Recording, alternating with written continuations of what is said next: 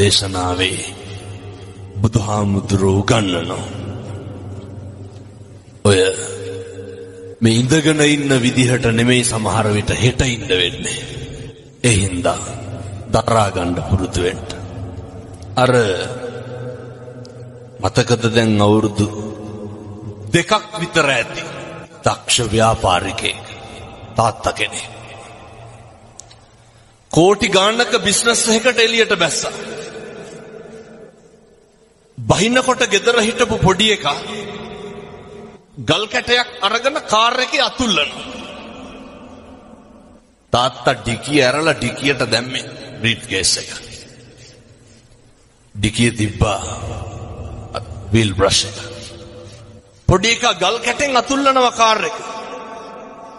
කේන්තිය කොච්චර ආවද කියනවනම් අර වීල් බ්‍රෂ් එක අරගෙන කොල්ලට ගැහුවා. දමලා ගැහුවා. පොඩි එකා කරන සමහරක් දේවල් දිහා බලලා සතුටු වෙලා නැද්ද තාත්තලා? එහෙමනේ. ප්‍රතිරූප ගොඩ නගන්න එපා. මේ වචනේ නම් කියන්න පුළුවන් පැය 4ක් විතර.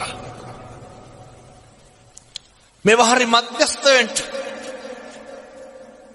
දුකක් ඇති වෙනවා නම් පින්නතුනේ, ප්‍රශ්නයක් ඇති වෙනවා නම් මැදිහත් නොවීමේ නිසා නෙමෙයිද? අර පොඩි එකා මොකක්ද අර කාර් එකේ ඇඳලා තිබ්බේ? කොල්ල ගල් කැටයක් අරගෙන කාර් එකේ ලියලා තිබ්බා. මම මගේ තාත්තට ගොඩක් ආදරෙයි කියලා. පුරුදු